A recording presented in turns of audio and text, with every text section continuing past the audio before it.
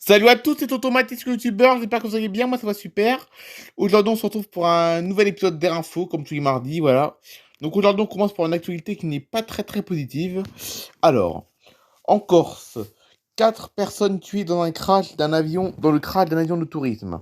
Un avion de tourisme s'est abîmé en mer au large de Propriano, en Corse du Sud, ce jeudi 12 octobre 2023. Donc c'était jeudi dernier en fait, en fin d'après-midi. Les 4 personnes à bord sont mortes. Il s'est craché à une centaine de mètres de la côte. Un avion de tourisme s'est abîmé en mer au large de Propriano, en Corse du Sud, ce jeudi 12 octobre 2023, en fin d'après-midi, tuant les 4 personnes à bord, relate la préfecture maritime de Méditerranée, dans un communiqué. Les victimes sont 2 femmes et 2 hommes. Le drame s'est déroulé dans le golfe de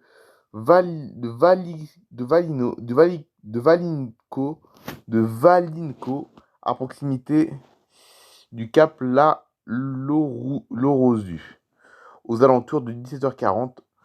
Des témoins visuels du crash ont alerté le CROSS, Centre régional opérationnel de surveillance et de sauvetage,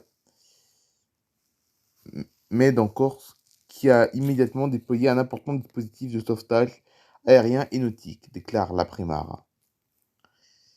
3 hélicoptères engagés par la préfecture maritime. Une vedette et un semi-rigade de la SNSM, Société nationale de sauvetage en mer, de Propriano, une pilotine de la station de pilotage du port de commerce, l'hélicoptère Choucas de la gendarmerie nationale avec à son bord une équipe du SMUR, service mobile d'urgence et de réanimation, l'hélicoptère Dragon 20 de la sécurité civile qui transportait une équipe subaquatique du SDIS, service départemental d'incendie et de secours, et l'hélicoptère Puma de l'air ont été engagés. Les 4 personnes à bord de l'aéronef ont été récupérées rapidement par les moyens de sauvetage, mais ont été déclarées décédées en dépit des soins prodigués par les secours pour les réanimer, détaille l'après-mare. Une panne moteur? L'accident serait intervenu alors que l'avion quittait l'aérodrome de Propriano lors d'une manœuvre au décollage qui laisse penser à une panne moteur, d'après les premiers éléments de l'enquête, dévoilés par Corse Matin. Le pilote avait annoncé à son retour sur Cannes, Alpes-Maritimes, donc Cannes c'est dans les Alpes-Maritimes, d'où il était parti jeudi matin. Une enquête a été ouverte pour homicide involontaire par aéronef avec faute du pilote ou problème de maintenance a été confiée à la section des recherches de la gendarmerie des transports aériens. Au Mexique, une invasion de moustiques retarde le décollage d'un avion. Le vol ne pouvait tout simplement pas se dérouler dans ces conditions. Il y a quelques jours, un avion de la compagnie Volaris devait effectuer la liaison entre Guadalajara et Mexico. A été retardé pendant plus de 2 heures en raison d'une invasion de moustiques à bord de l'appareil. Comme l'explique ABC7 et comme le montrent plusieurs vidéos tournées par les passagers, l'équipage s'est rapidement rendu compte du problème au moment de l'embarquement et a tenté de le régler en pulvérisant de l'insecticide dans la cabine. D'autres images montrent des voyageurs en train d'essayer d'écraser ou d'éloigner les indésirables insectes. Voici la vidéo. Alors évidemment, il y a une pub, évidemment, avant de regarder la vidéo. Attendez. Regardez bien. Octubre. Debido a la infestación de mosquitos, el viaje se retrasó más de 2 horas, según informaron medios locales. En TikTok, la usuaria Elizabeth Mijares 44 subió un video en donde se ve a la tripulación del vuelo rociando repelente de insectos mientras un enjambre de mosquitos invadía la cabina. Según la denuncia, Bon, los mosquitos... évidemment, la vidéo est en espagnol, parce qu'au Mexique, on parle espagnol.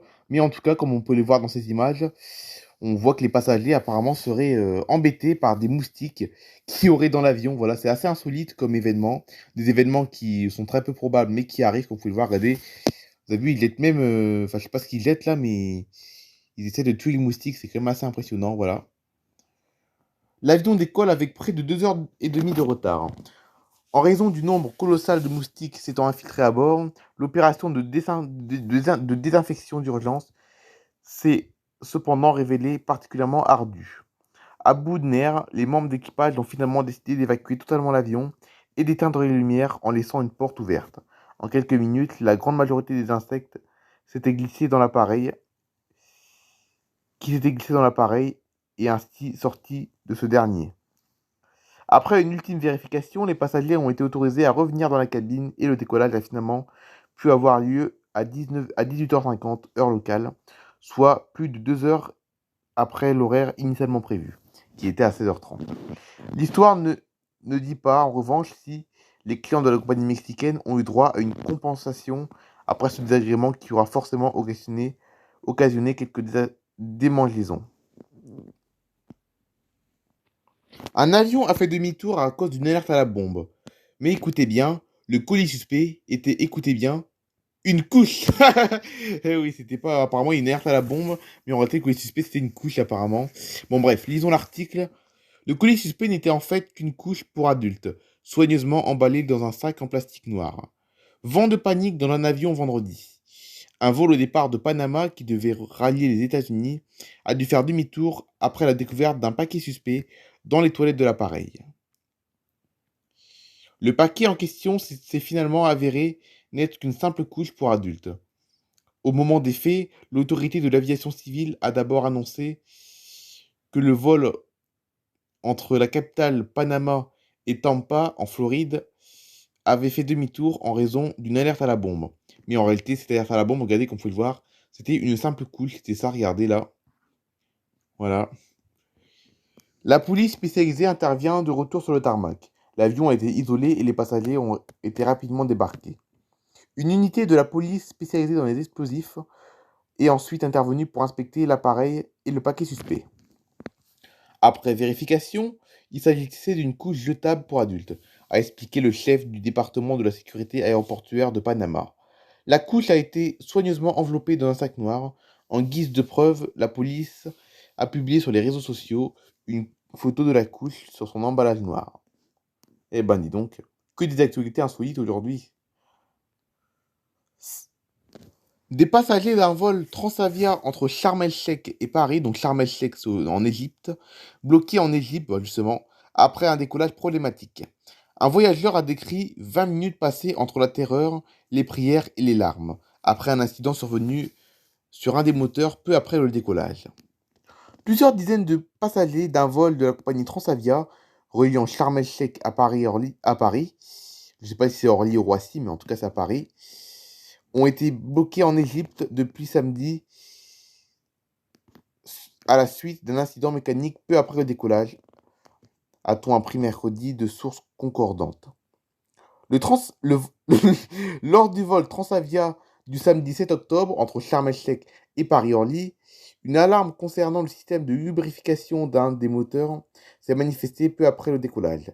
L'équipage a réalisé la procédure définie par le constructeur, à savoir couper le moteur pour le sécuriser et revenir se poser à l'aéroport d'origine, a expliqué à l'AFP un porte-parole de la compagnie. Cette procédure a été appliquée en toute sécurité pour les passagers et l'équipage, selon la même source. Un passager a toutefois décrit une ambiance très tendue. Les 20 minutes de retour se sont passées entre la terreur, les prières et les larmes, a indiqué à l'AFP Christophe Bastiani, selon qui une centaine de personnes se trouvaient à bord du Boeing 737. Les passagers éprouvés. Après cette séquence dont les passagers sont tous sortis,